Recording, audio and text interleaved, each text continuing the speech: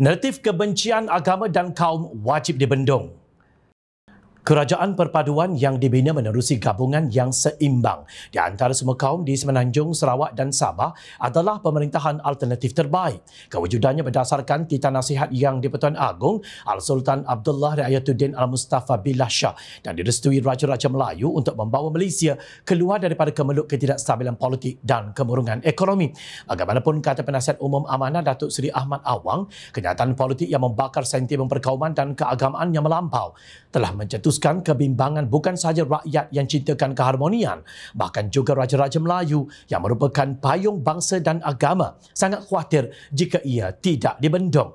Naratif kebencian agama dan perkauman dibimbangi mewujudkan prejudis serta ketakutan antara kaum di Malaysia walaupun sudah hidup dengan harmoni selama ini.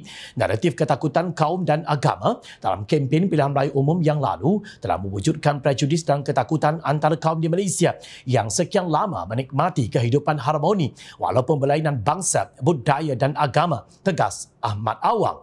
Dan berkata demikian dalam ucapan perasmian Konvensyen Nadwah Ulama Nahdah Jadidah Nunji 2023 yang menekankan bahawa kempen tidak bertanggungjawab daripada pihak lawan boleh menyebabkan perpecahan antara rakyat Malaysia.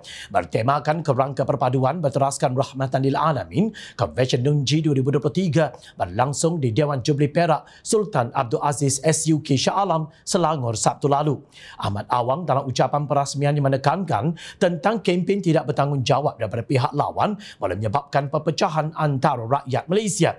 Di atas kebimbangan tersebut, beliau menggesa agar dihentikan provokasi politik yang memainkan sentimen perkauman. Justru kerajaan perpaduan perlu memainkan peranan dengan menguatkuasakan undang-undang untuk menolak anasir jahat daripada pihak lawan, katanya.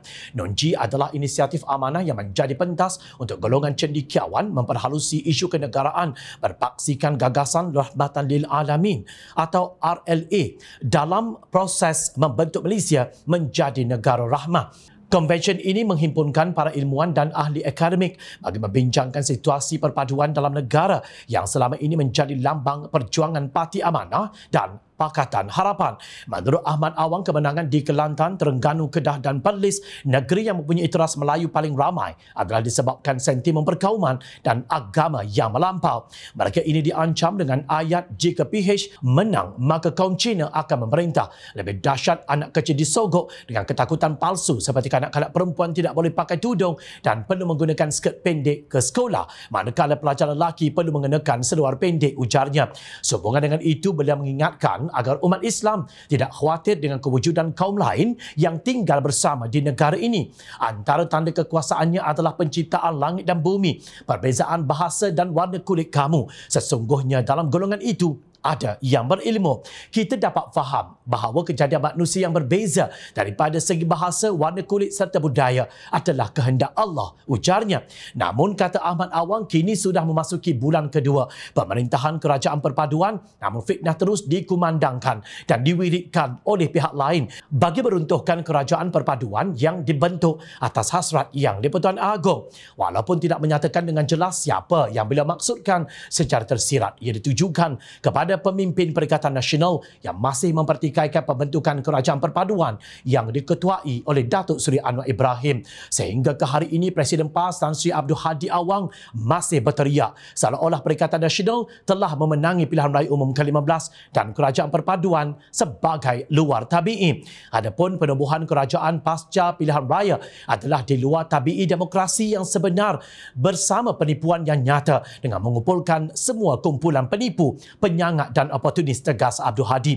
Dia berkata demikian dalam siri minda Presiden PAS yang bertajuk Jangan Kecewakan Peranan Anak Muda pada 6 Januari 2023. Malah Abdul Hadi telah mentakfiri penyokong kerajaan perpaduan dengan mengumpamakan mereka laksana iblis yang tidak layak mendapat hidayah Allah Subhanahu Wa Taala dan sebagai gerakan memerangi Islam dengan menggunakan ayat 22 daripada surah Al-Ahzab yang bermaksud maka terciptalah satu kumpulan ahzab, yakni barisan parti dan kumpulan yang berbeza ideologi dan niat yang tidak ikhlas bersatu untuk menentang Islam yang pernah dihadapi oleh generasi awal dengan penuh keimanan. Justru seruan Ahmad Awang agar kerajaan perpaduan menguatkuasakan undang-undang untuk menolak anasir jahat daripada pihak lawan hendaklah dilihat bermaksud penggubalan undang-undang baharu anti-bigotry atau seumpamanya, kerana Pakatan Harapan pada dasarnya menolak penggunaan Akta Hasutan 1948 dan Akta Kesalahan Keselamatan Langkah-Langkah Khas